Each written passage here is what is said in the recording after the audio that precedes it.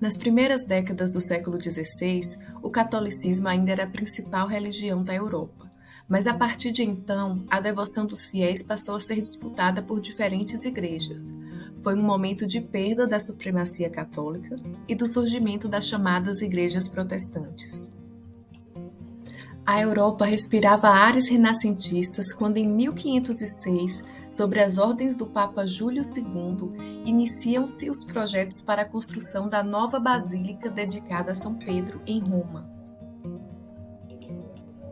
A nova basílica deveria ocupar a área onde, no ano de 324, o imperador Constantino autorizou a construção de uma igreja para o culto do recém-liberado cristianismo, no local em que, no século I, São Pedro teria sido crucificado. A nova basílica deveria ocupar a área onde, no ano de 324, o imperador Constantino autorizou a construção.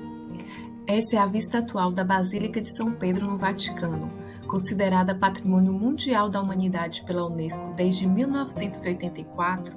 Essa basílica é um dos locais mais visitados do mundo. Essa basílica envolveu em sua concepção nomes de prestígio da arquitetura e das artes do período, como Michelangelo, Donato Bramante, Rafael Sanzio e Sandro Botticelli. A missão desses renascentistas era criar para o trono papal um cenário de requinte, sofisticação e luxo, à altura das ambições e dos projetos de alguns membros do clero e da posição que queriam demarcar para a Igreja Católica, em razão de algumas críticas que ela vinha recebendo. Durante muito tempo, a Igreja Católica foi considerada a instituição mais importante da Europa. Seus ensinamentos acompanhavam a vida e o modo de pensar dos europeus, desde o nascimento até a morte. Quem se afastava das orientações da Igreja era considerado um herege, podendo até ser excomungado, ou seja, proibido de receber os sacramentos, o que equivaleria a ser excluído da vida religiosa e social da época. Os membros da Igreja exerciam forte influência entre os fiéis. A eles era reservado o papel de ensinar e conduzir os cristãos à salvação da alma. De acordo com as regras da Igreja, a salvação seria obtida com fé e boas obras feitas pelos cristãos, ou seja, ações pessoais que agradassem a Deus. Na pintura As Sete Obras de Caridade, de 1504, encontramos representações das boas obras a serem praticadas pelos cristãos: alimentar os famintos, saciar sua sede, vestir os necessitados, enterrar os mortos, acolher os desabrigados, cuidar dos doentes e visitar os presos. Na parte inferior dos painéis, o autor reforçou a mensagem de que as boas ações são retribuídas no céu. No entanto, alguns dos integrantes da Igreja tinham um modo de vida bem diferente das regras, dos valores e dos ensinamentos pregados pela Igreja Católica. Membros do clero viviam luxuosamente, enriqueciam à custa da fé e da cobrança de tributo dos crentes, ostentavam sinais pessoais de abundância e faziam questão de mostrar nos templos religiosos uma riqueza muito distante da condição de vida da maioria dos cristãos e do que teria sido a vida dos pioneiros do cristianismo. Muitos clérigos eram mal preparados para ingressar na vida sacerdotal e desconheciam até mesmo os preceitos bíblicos. Alguns celebravam as missas fingindo que falavam latim, o idioma oficial da Igreja. Outros mal sabiam ler ou rezar. A regra do celibato também era muito desrespeitada por muitos. O celibato é a proibição do casamento ou de relacionamentos amorosos para os sacerdotes da Igreja, para que eles possam se dedicar inteiramente à obra de Deus. O celibato é a proibição. Um dos movimentos contrários aos desvios praticados pelos membros da Igreja foi liderado por Francisco Bernardone, que teria nascido em 1181 na cidade de Assis, na Itália. Filho de um rico comerciante, Francisco desfrutou de uma vida de regalias, cercado pelos ensinamentos religiosos e pela prática do comércio. Também teve contato com os saberes e valores típicos da nobreza. Depois de se envolver em disputas locais, Francisco passou por um processo de reflexão sobre a fragilidade da humanidade e começou a questionar o modo como os seres humanos se relacionavam com o mundo, aproximando-se da vida religiosa. Neste momento de sua vida, abriu mão dos bens materiais, passou a acolher os doentes e a pregar a paz entre os cristãos e a necessidade de viver na pobreza. Francisco dedicou-se também à conversão dos infiéis. 2 anos após a sua morte, Francisco foi canonizado e passou a ser conhecido como São Francisco de Assis. No final do século XV e início do XVI, setores do clero procuravam ampliar a arrecadação da igreja, além das formas já conhecidas, que eram o dízimo e a doação de terras e imóveis. Uma das soluções encontradas foi a venda de relíquias religiosas. No final do século XV e início do XVI, setores do clero procuravam ampliar. As relíquias eram partes do corpo ou objetos que pertenceram ou tiveram contato com Jesus, Maria ou um santo. E muitas pessoas acreditavam na força espiritual desses objetos, que, de acordo com a crença católica, teriam poderes protetores e milagrosos. Outra forma que a igreja utilizava para aumentar a sua arrecadação era a venda de indulgências, que consistia na venda do perdão dos pecados. Outra forma que a igreja utilizava para aumentar a sua arrecadação era a venda de indulgências, que consistia na venda do perdão dos pecados. Outra forma que a igreja utilizava para aumentar a sua arrecadação era a venda de indulgências, que consistia na venda do perdão dos pecados. Aqui podemos ver um exemplo de uma relíquia da Igreja Católica, o relicário do Santo Espinho, que é uma luxuosa peça de ouro maciço feito especialmente para abrigar aquele que se acreditava ser um dos espinhos da coroa usada por Jesus durante o episódio da crucificação. E à medida que a Europa se transformava, surgiram condições para que a supremacia católica fosse questionada e até mesmo ameaçada com o aparecimento de outras igrejas cristãs. Além disso, alguns reis centralizavam e aumentavam seu poder político, o que crescia o desejo de interferir em assuntos relacionados à igreja também. Um dos mais emblemáticos episódios de confronto entre o monarca francês Felipe o Belo e a Igreja Católica foi a queima, a mando do rei, do Unam Sanctam, documento que proclamava que somente com a submissão absoluta ao Papa se alcançaria a salvação. Essa litografia do século XIX representa a queima do Unam Sanctam na França no século XIII. Antes da Igreja começar a ter a sua supremacia questionada nos séculos XIV e XV, alguns de seus membros debatiam sobre os rumos que ela tomava.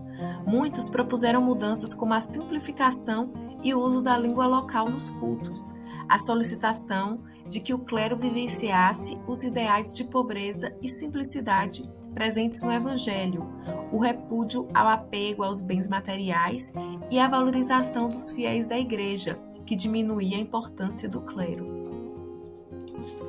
As críticas não eram bem aceitas e algumas pessoas acabaram excomungadas e outras até condenadas à morte na igreja como hereges. As ideias e os valores renascentistas permitiam um olhar mais crítico em relação à realidade, e a Igreja Católica não ficou isenta dessa análise. Muitos renascentistas passaram a relatar em suas obras o que viam, membros do clero em meio à fartura de alimentos e bebidas, diferente da situação da maior parte da população, em um comportamento que não se espera dos membros da Igreja. A condenação do comércio e da prática da usura por parte da Igreja dificultava a aceitação social dos comerciantes e banqueiros, e isso limitava seus lucros. Há relatos sobre empréstimos que não eram pagos por quem os tomava, sob a proteção moral do clero, em razão da condenação da usura. Surgiam, então, incompatibilidades entre a burguesia e a Igreja Católica. A invenção da impressão com caracteres móveis aumentou o número de cópias de livros. Entre as obras de maior circulação estava a Bíblia. As poucas pessoas que sabiam latim podiam ler a Bíblia e fazer as próprias interpretações. Gutenberg é considerado o inventor da impressão tipográfica moderna. Ele desenvolveu um sistema mecânico de tipos móveis que deu início à revolução da imprensa. O que conhecemos hoje como Alemanha fazia parte, no século XVI, de um conjunto de quase 300 territórios com diferenças geográficas, linguísticas e políticas. O conjunto desses territórios era conhecido como Sacro Império Romano-Germânico. Alguns governantes desses territórios escolhiam um imperador que deveria ter seu nome reconhecido pelo Papa. O conjunto desses territórios era conhecido como Sacro Império. A Igreja Católica tinha bastante influência na região. Além de grande proprietária de terra, conseguia atuar em todo o território, cobrando dízimo, recolhendo esmolas, vendendo relíquias e indulgências. A Igreja Católica tinha bastante. Em 1517, a mando do Papa, o monge Johann Tetzel percorreu os territórios do Sacro Império, vendendo indulgências para arrecadar fundos para a construção da nova Basílica de São Pedro. Em 1517, a mando do Papa, o monge Johann Tetzel percorreu os territórios. Havia aqueles que percebiam nisso um evidente abuso da fé, uma exploração financeira e também um desvio de recursos, já que o montante arrecadado pela Igreja saía dos territórios locais para empreender projetos em Roma.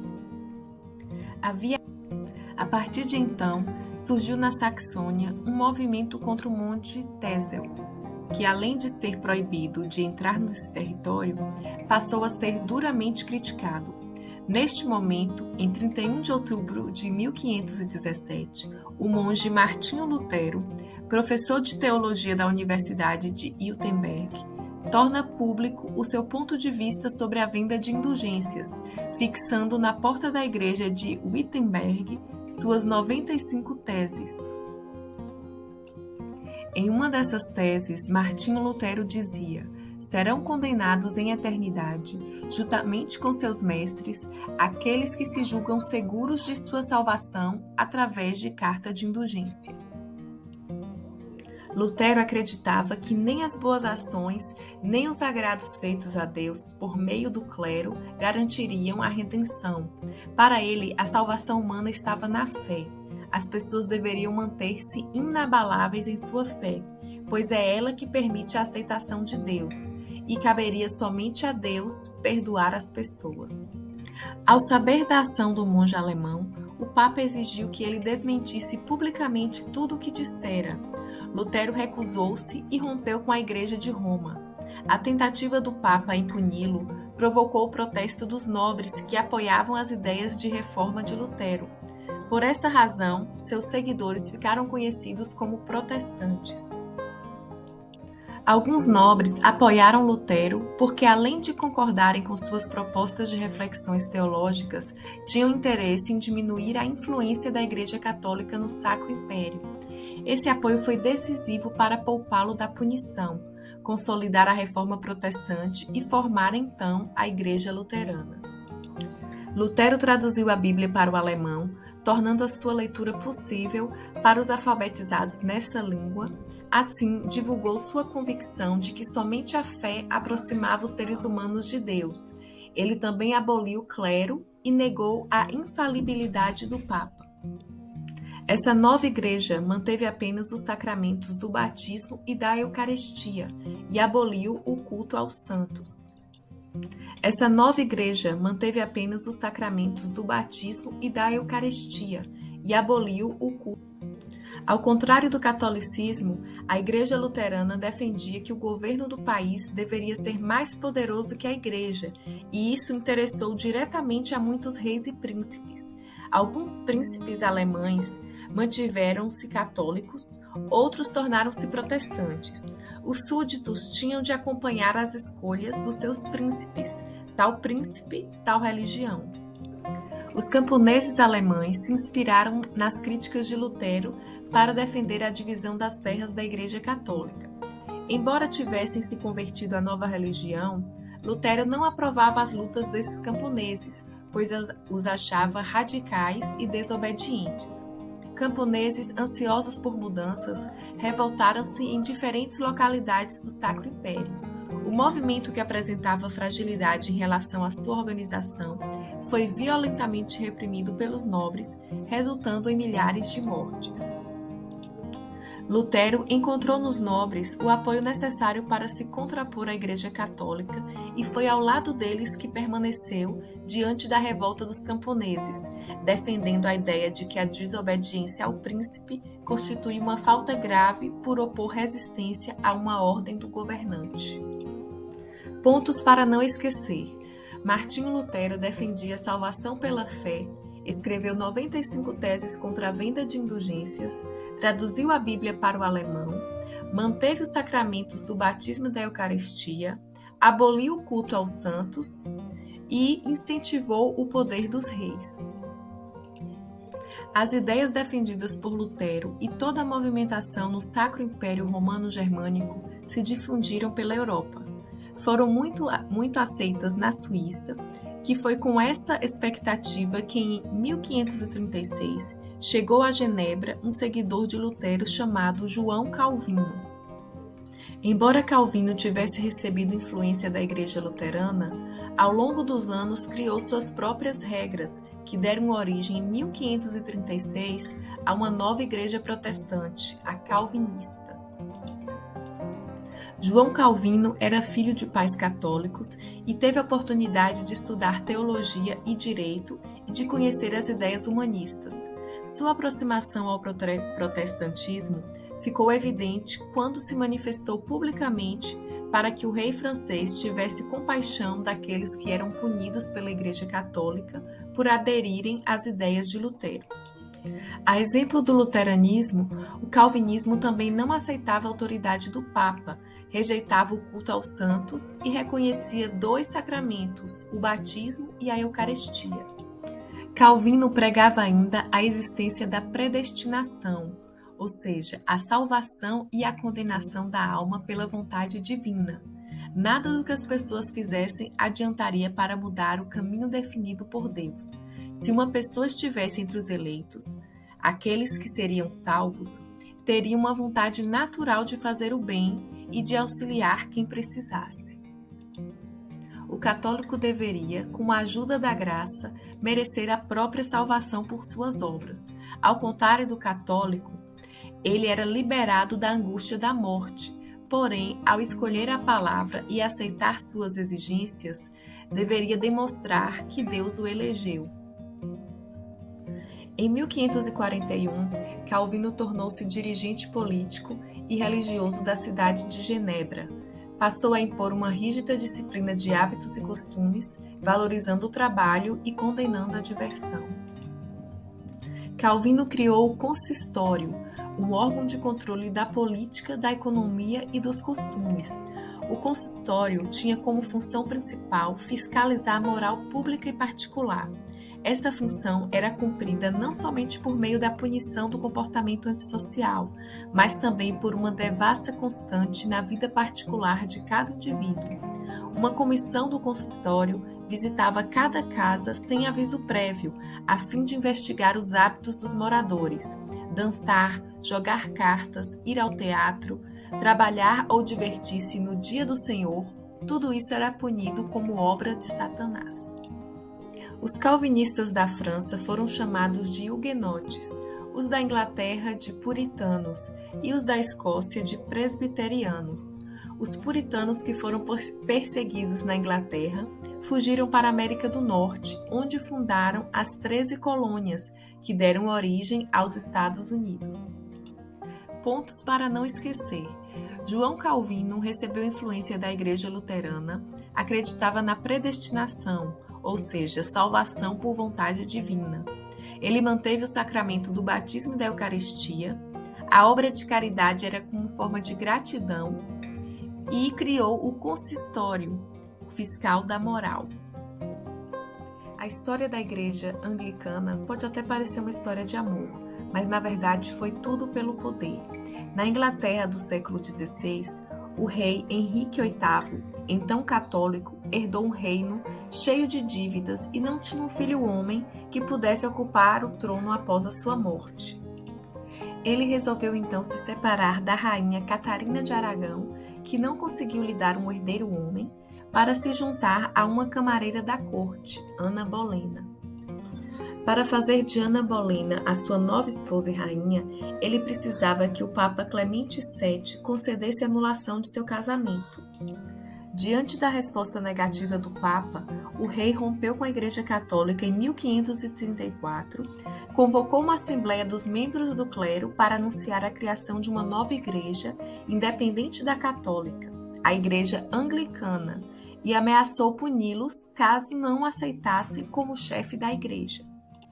Também reuniu o parlamento e o convenceu a criar uma série de leis, entre elas a abolição de todos os pagamentos de renda ao Papa e a criação da nova igreja que estaria submetida ao rei. As riquezas da Igreja Católica estabelecida em seus domínios também deveriam ser confiscados e transferidos para a nova igreja. Dessa forma, Henrique VIII conseguiria resolver os problemas financeiros de seu reinado. A partir desse momento, a Inglaterra tornou-se um país de religião protestante anglicana, e o rei passou a ser, ao mesmo tempo, chefe do Estado inglês e chefe da Igreja, aumentando assim os seus poderes. Aqueles que se rebelaram foram duramente perseguidos e alguns acabaram sendo mortos. Os reis da Inglaterra ainda são considerados chefes da Igreja Anglicana no país, seguindo a tradição de séculos, com o poder de indicar arcebispos e bispos. Pontos para não esquecer. A Igreja Anglicana foi fundada pelo rei Henrique VIII da Inglaterra. Ele queria um filho homem como herdeiro e para isso precisava se separar da rainha Catarina de Aragão e se casar com Ana Bolena. Ele rompeu com a Igreja Católica para benefício pessoal, transferiu todas as riquezas da Igreja Católica para sua nova igreja e ele se tornou chefe de Estado e chefe da igreja. E se você gostou desse vídeo, deixe o seu like e se inscreva no canal.